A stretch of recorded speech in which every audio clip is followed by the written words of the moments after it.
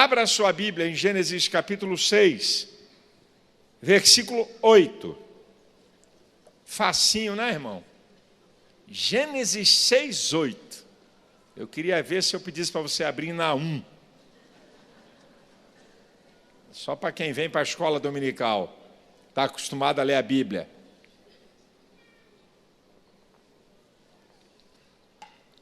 Gênesis capítulo 6, versículo 8.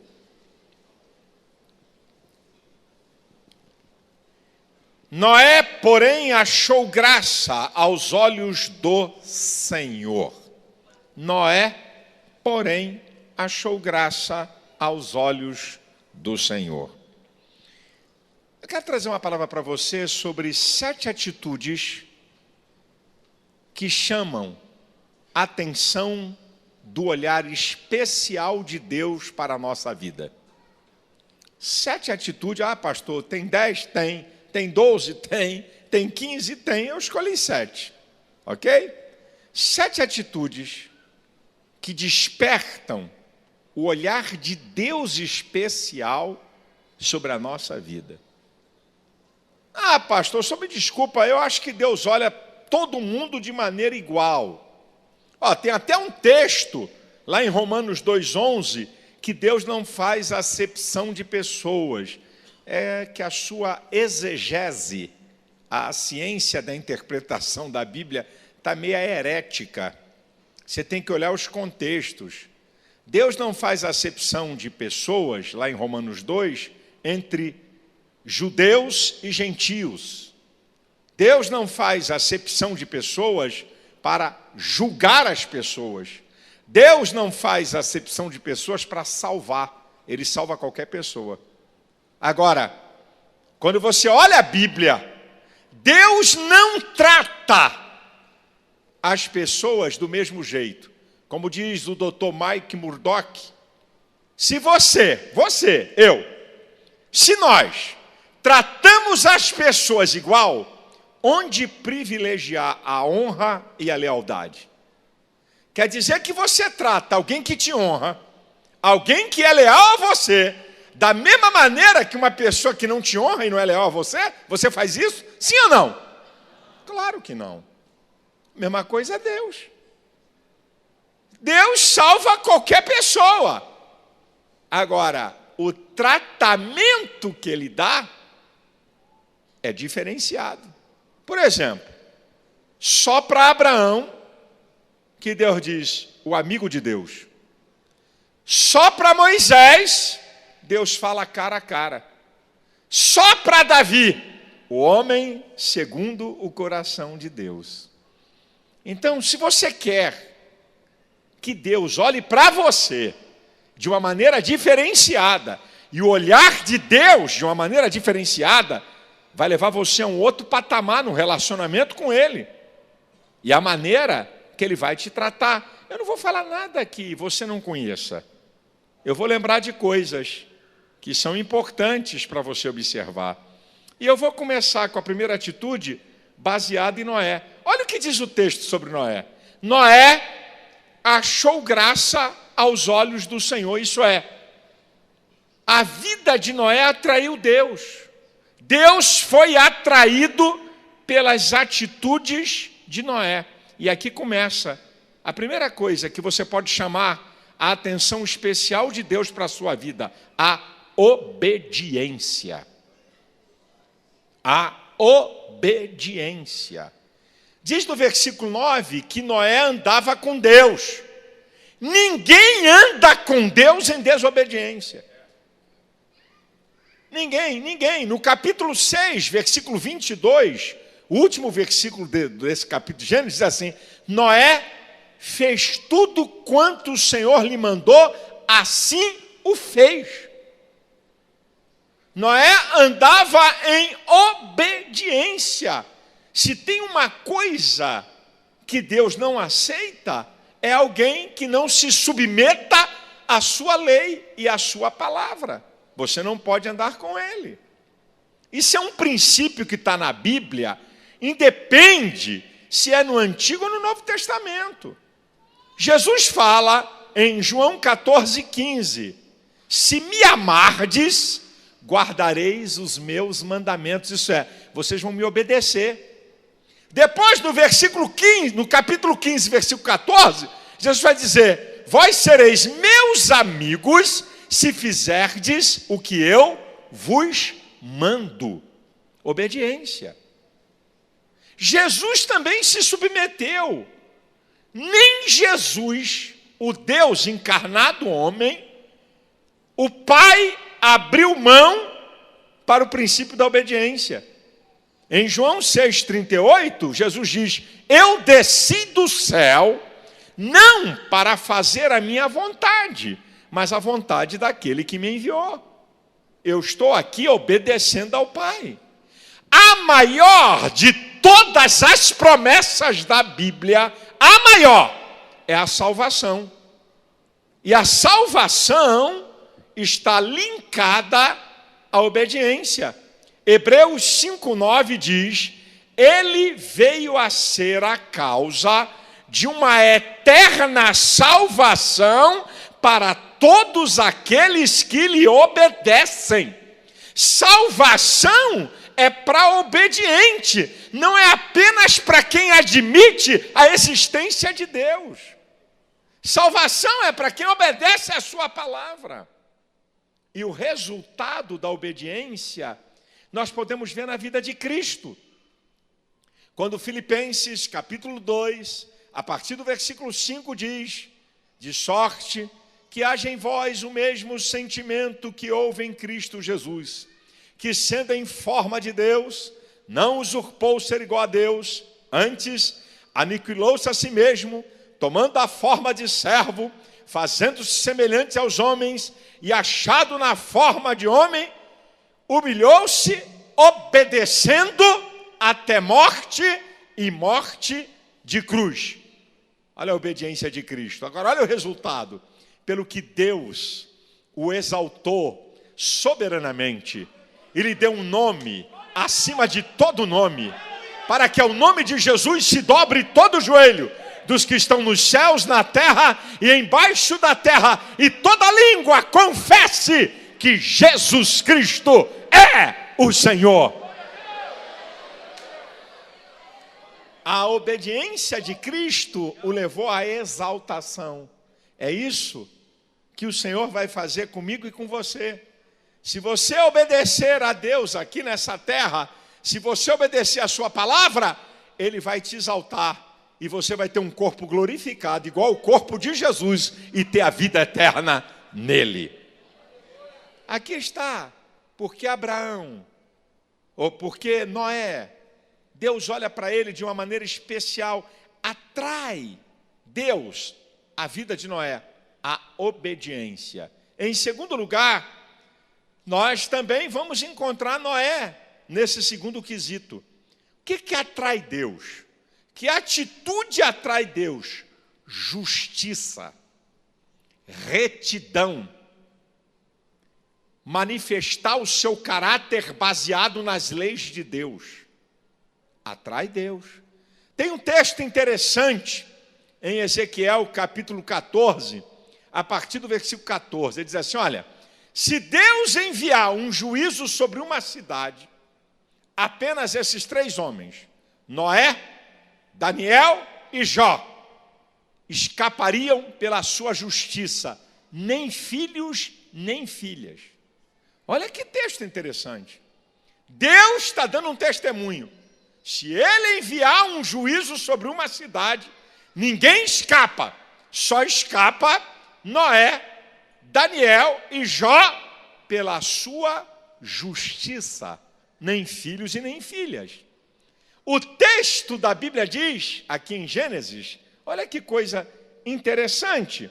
O texto diz aqui, diz a palavra do Senhor, no versículo 9: Noé era varão justo e reto em suas gerações. Isso é, Noé era um homem reto, correto nas suas atitudes, numa geração violenta e corrompida. Parece que nós estamos vendo isso nos dias de hoje. Quando você vai para Daniel, o grande profeta Daniel, no capítulo 6, versículo 4 do livro de Daniel, diz que Daniel não foi encontrado. Ele governava 40 províncias. Estava sendo cogitado para ser primeiro-ministro. E diz lá, no versículo 4, que não se achava em Daniel vício nem culpa. Podia fazer a lava-jato no império da Babilônia, que não ia pegar Daniel. Porque Daniel era um governante justo, limpo, sem vício, sem culpa. Quando você vai para Jó, Deus dá um testemunho ao diabo acerca de Jó. É Deus. Viste lá o meu servo, capítulo 1 do livro de Jó. Viste lá o meu servo Jó, sincero, reto, justo, sincero, reto, que me teme e que se desvia do mal. Se você quer chamar a atenção de Deus para a sua vida, tenha uma vida reta, tenha uma vida limpa. Eu nunca me esqueço, gente, eu fui pregar num congresso que é considerado o maior congresso pentecostal que tem no Brasil. Congresso do Reteté, Congresso do Movimento aí, Congresso do Fogo. Eu fui pregar nesse congresso. E naquela época eu era só evangelista e levei muito material. Um congresso com mais de 100 mil pessoas. E eu me lembro que o coordenador do congresso chegou para mim e disse assim: pastor Malafaia, o senhor não tem experiência aqui, só venda através de dinheiro ou cartão. Não vende com cheque não, porque vai bater sem fundo. Eu falei, repete. Ele falou, só vende material a dinheiro ou cartão. Aí eu disse assim, eu vou dar uma de inocente, só para provocar, porque a resposta já estava preparada. Eu falei, mas por quê? Por que eu não posso vender aqui? Esse aqui não é um congresso de evangélicos? Esse aqui não é um congresso pentecostal dos mais arretados? E por que eu não posso? Eu não posso vender com cheque? Aí ele falou assim, inocente. Não pode não, porque volta. Aí eu disse, então eu estou num congresso de bandidos. Então eu estou num congresso de ímpios. E esse tipo de gente é a gente que mais Deus não suporta. Porque são fariseus, são hipócritas. Hipócritan é o termo de onde vem o artista, a palavra artista. Aquele que se passa por alguma coisa que não é. É o artista, ele faz um papel que ele não é. É o hipócrita. Foi a raça que mais Jesus meteu-lhe o pau e a ripa em cima. Foram os religiosos. Como é que pode? Como é que povo de Deus dando cambalacho no outro? Como é que é isso? Eu sei que pode acontecer um acidente na sua vida, meu irmão. Não estou falando disso, não. Eu estou falando de uma pessoa comprar uma coisa e já sabe que não vai pagar. É isso que eu estou falando. Ele sabe que não vai pagar. Ele compra sabendo que não vai pagar. Ele passa o cheque sabendo que vai bater sem fundo. Que caráter é esse? Que justiça é essa? Da mesma maneira que a justiça atrai Deus, a injustiça deixa Deus indignado. Está aqui, meu irmão. Estou te mostrando o que atrai Deus. Estou te dando a obediência, a justiça. Agora eu vou falar de uma terceira. Se o povo de Deus entendesse que isso aqui atrai Deus. Você sabe uma coisa que atrai Deus? A oração. A oração. Mas que oração? Eu vou te mostrar a oração que move o céu. Vou mostrar para você. A oração atrai Deus? Atrai. Olha só, gente. No capítulo 6, versículo 10, falando de Daniel, governava 40 cidades, não tinha telefone, não tinha internet, não tinha avião, não tinha carro veloz, cidades que se distanciavam 200, 300 quilômetros. Ele era governador de 40 províncias. Mas diz no capítulo 6, versículo 10 do livro de Daniel, que Daniel 3 vezes orava ao Senhor como antes estava acostumado a fazer. Sabe o que esse texto está me dizendo? Que antes de Daniel governar 40 províncias e de ter uma responsabilidade monumental, ele orava 3 vezes ao dia. A posição não mudou a relação de Daniel com Deus. A posição não mudou a intimidade de Daniel com Deus. Porque tem crentes que dizem, pastor, é tanta coisa, a empresa está crescendo, a coisa está tomando um vulto tão grande, então eu vou orar para você ficar ferrado. Porque você ferrado arruma tempo para orar isso? Então só quando está ferrado é que arruma tempo para orar? Se a coisa estiver boa, não tem tempo de vir para a igreja, não tem tempo de ler a Bíblia, não tem tempo de ter comunhão com Deus, então fica ferrado. Então já parou para pensar que lógica é essa que eu acabei de falar? Devia de ser ao contrário. Quanto mais Deus te abençoa, mais perto você fica dele. Quanto mais ele te enriquece, mais perto você fica dele. Quanto mais ele abre as janelas do céu sobre você, mais perto você fica dele. Eu vou te mostrar um texto de Daniel. O capítulo 9 do livro de Daniel, você não precisa abrir. Daniel vai orar, pedindo a Deus a compreensão sobre o que Jeremias tinha escrito. Lá na altura do versículo 21, 22 e 23, diz assim: e o varão Gabriel voou rapidamente. Daniel ora e vem um anjo rapidamente trazer a resposta. A palavra do anjo: Daniel, homem muito amado. Agora você vai para o capítulo 10. Daniel quer ter revelações de Deus, quer entender as revelações. Deus envia um anjo para trazer a resposta a Daniel. Satanás se coloca no meio do caminho, não deixa o anjo passar. Ele volta e Deus então envia Miguel, que é o comandante do exército celestial, para abrir caminho. Depois de 21 dias chega a resposta a Daniel. Eu vou te mostrar a oração que atrai Deus. Acompanha comigo, aí você vai abrir a Bíblia. Capítulo 10, versículo 12, acompanha. Vamos lá, vamos para Daniel. Abre aí a sua Bíblia, eu quero que você me acompanhe nisso, é muito interessante. Daniel, capítulo 10, Isaías, Jeremias, Ezequiel, Daniel, está por aí.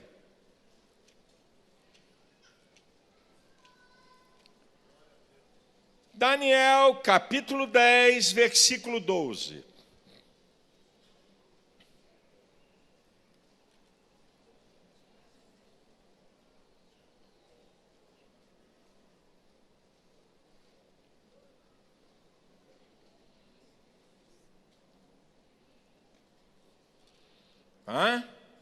Vamos lá?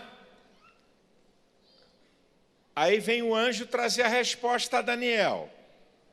Olha o que o anjo vai falar sobre a oração de Daniel. Então me disse: não temas, Daniel, porque desde o primeiro dia em que aplicaste o teu coração, afinco, entrega, gasta tempo e energia. Quem se aplica se volta com afinco, se entrega, gasta tempo e energia. Isso aqui é um anjo dando testemunho da oração de Daniel. Desde o primeiro dia em que aplicaste o teu coração, todo o teu ser voltado para Deus, pensamento, vontade e sentimentos. Está aqui, ó. Aplicastes o teu coração a compreender, querer conhecer, querer entender as coisas de Deus. É o anjo dando o testemunho da oração dele. E a humilhar-te, saber quem você é e quem Deus é. Agora olha que coisa interessante. Perante o teu Deus são ouvidas as tuas palavras. Eu vim por causa das tuas palavras. Isso é, a tua oração tem sentido. A tua oração tem nexo. A tua oração não é grito, nem o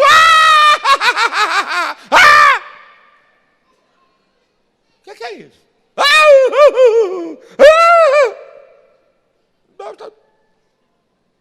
O que ele quer? Eu vim por causa das tuas palavras.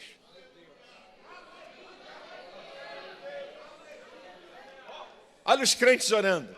Senhor, tu sabes o que eu preciso. Ai, que coisa linda. Tu sabes o que eu preciso. Que novidade é essa? Claro que Deus sabe o que você precisa, mas só que Deus quer te ouvir.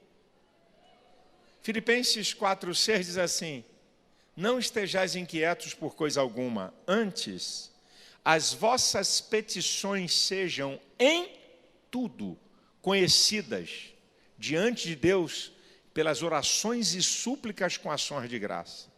Deus sabe, mas quer que você fale. Senhor, perdoa meus pecados por pensamentos, palavras e obras. Mas que gracinha! Que oração safada e sem vergonha é essa? Senhor, me perdoe por pensamentos, palavras e obras. Diz o que tu pensa, irmão. Fala para Deus. Fica vermelha a cara sem vergonha. Fala para Deus o que você pensa. Fala. Fala para Deus, Senhor, eu falei isso para fulano, falei isso para Beltrano, Senhor, aquele lá eu xinguei, tem misericórdia de mim. Aqui, ó, está aqui. Agora, olha que coisa interessante. No capítulo 9, o anjo que vem trazer a resposta, Daniel, você é um homem muito amado.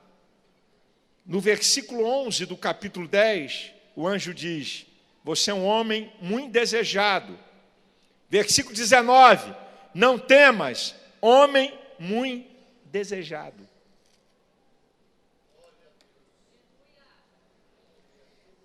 Rapaz, a gente quer ter intimidade com Deus, a gente quer que Deus olhe para nós com um olhar especial, a gente não ora. Como é que você conhece uma pessoa que você não fala com ela? Me explica aqui para mim. Como é que você constrói relacionamento com um ser humano se você não conversa com ele? E você pensa que com Deus é como? É telepatia?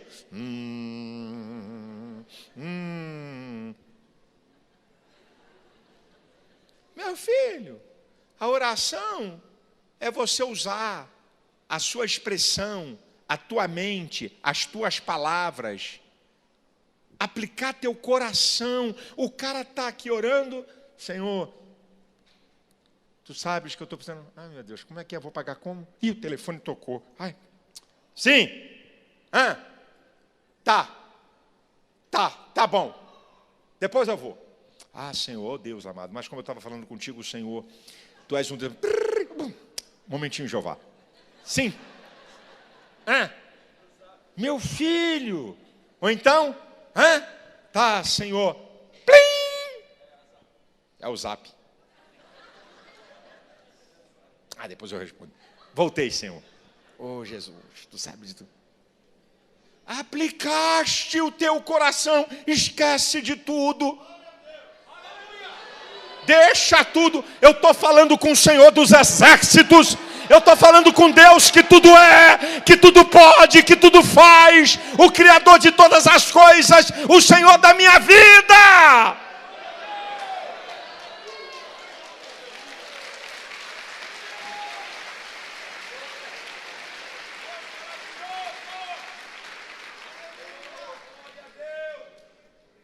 Como é que você quer chamar? Como é que você quer respostas velozes de Deus? Se você não usa tempo para falar com Ele. Como é que você quer saber a vontade de Deus para a tua vida e a direção de coisas fundamentais, se você não tem intimidade com Ele? A oração atrai Deus. 4. Que atitudes nós podemos ter para atrair Deus, atrair a sua atenção? Uma coisa muito maravilhosa que eu tenho aprendido na minha vida chamada liberalidade. Liberalidade.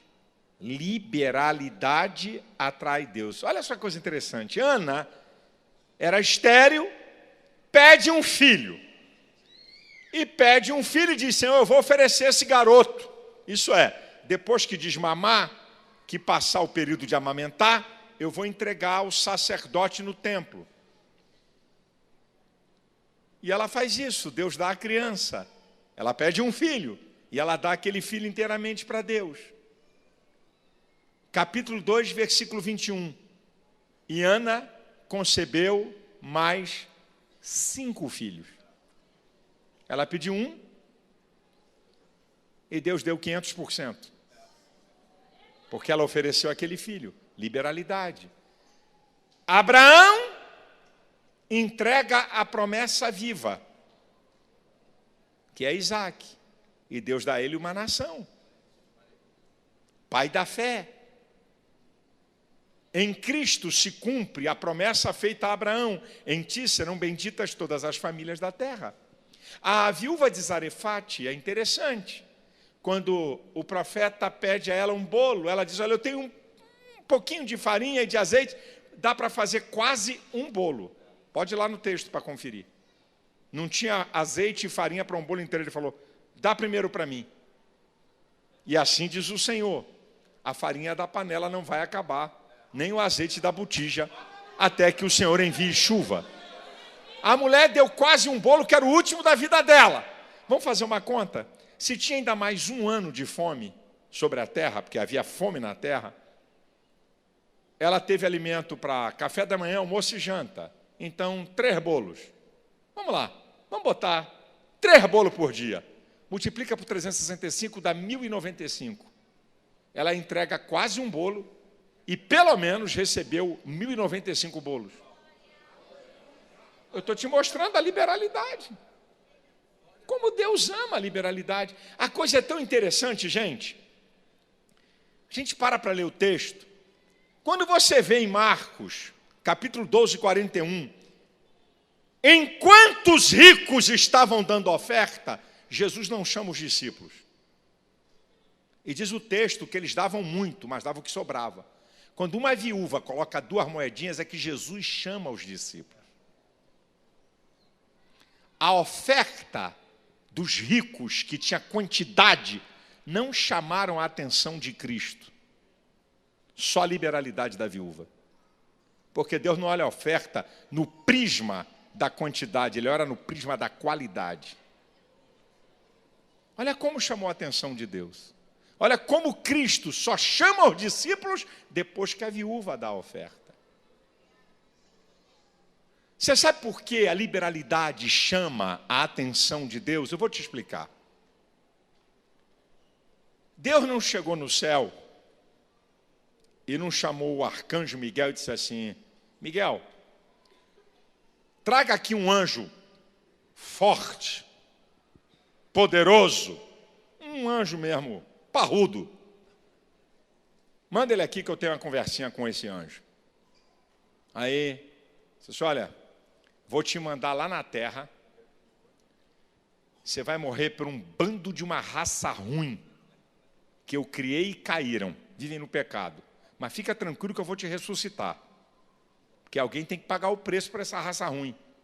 Então, vou te mandar lá, tu vai morrer, e depois eu te trago a vida. Deus mandou o que tinha de melhor no céu. Deus não mandou anjo. Uma personalidade de Deus se fez homem. O seu filho, Deus mandou. Deus veio à terra para salvar miseráveis pecadores, dos quais eu sou um dos principais. Sabe por que a liberalidade chama a atenção de Deus? Porque Deus sabe o que significa dar o melhor.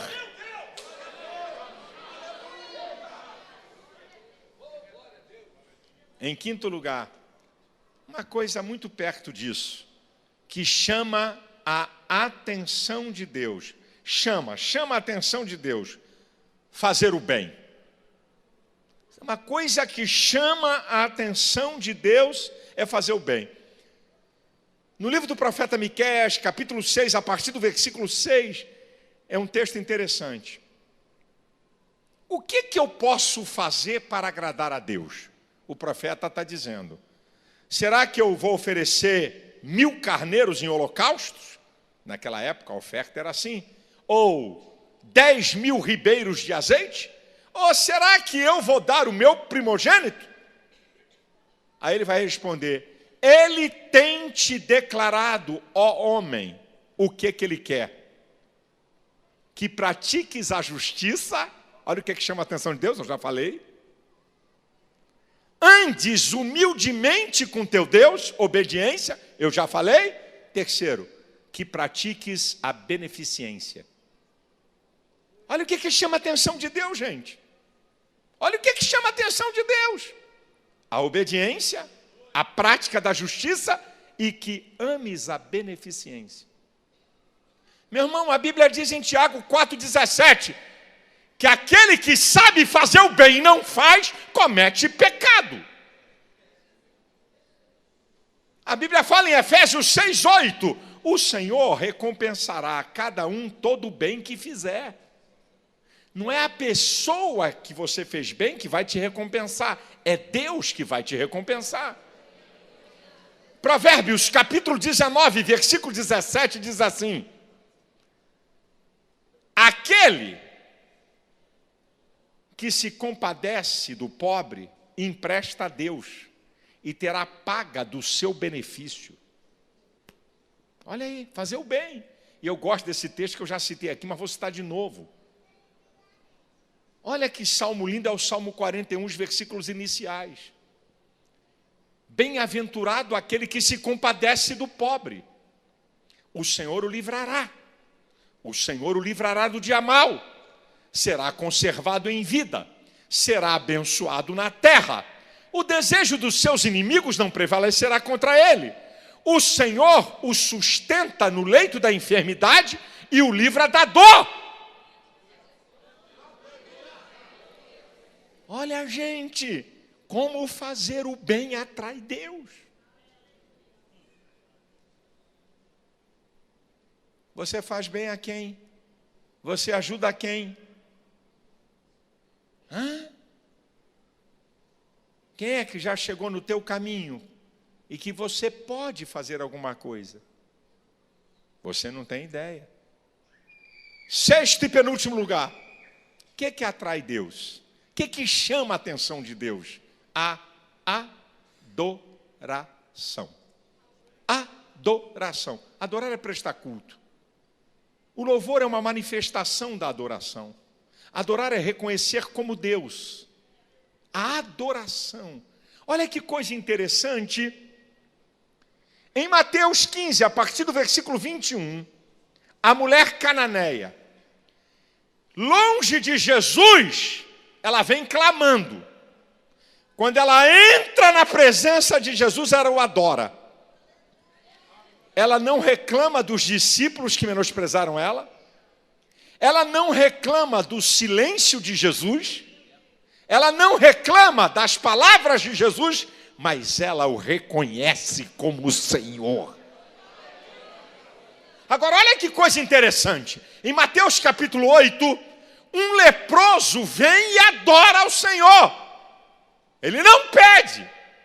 Ele primeiro adora. E aí ele vai dizer uma coisa para Jesus: Senhor, se tu quiseres, tu pode me tornar limpo. Sabe o que eu aprendo com a resposta de Jesus? Jesus está dizendo para esse leproso: leproso, a vontade de um adorador é a minha vontade. Jesus responde dentro da base da pergunta do leproso: Senhor, se quiseres, tu pode me tornar limpo. Eu quero. Eu quero. Você é um adorador. E eu manifesto manifesto o meu poder para aqueles que me adoram.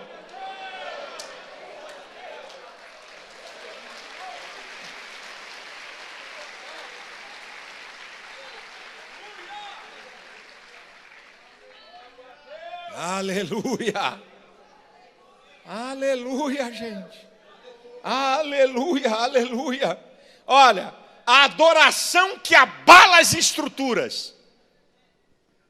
Paulo e Silas, amarrado no tronco, cárcere inferior, fezes e urina misturadas com o prisioneiro, lugar escuro, à meia-noite, eles louvavam e oravam, eles adoravam, e veio um terremoto sobre aquela prisão. Você não tem ideia, do poder da adoração, pode abalar uma estrutura, pode romper algo para você, pode trazer uma vitória que ninguém pode conquistar, o poder da adoração. Olha a adoração que fortalece. Abraão, em Romanos 4, versículo 20 e 21. E Abraão foi fortalecido na fé, dando glória a Deus, estando certíssimo que aquele que tinha prometido era poderoso para fazer cumprir. A adoração fortalece, a coisa está feia, glória a Deus. Não sei o que vou fazer, glória a Deus. Não tem saída para mim, glória a Deus. Não tem resposta, glória a Deus. Já perdi, glória a Deus. Não tem solução, glória a Deus.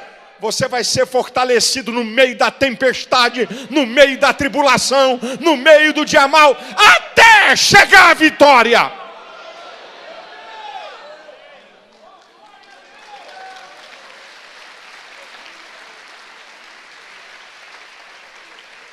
Agora, quem é o adorador por excelência da Bíblia? Quem é? Fala forte. Davi. Agora eu vou chamar Davi. O adorador por excelência é Davi. É o adorador por excelência.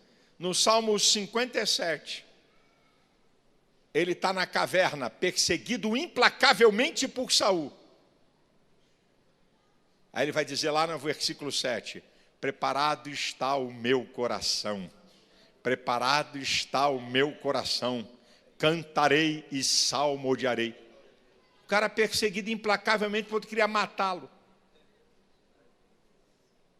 Aí você vai no Salmo 56, versículo 4. Ele está escapando de Abimeleque, teve que se fazer de maluco para não morrer. Está sendo perseguido implacavelmente por Saul.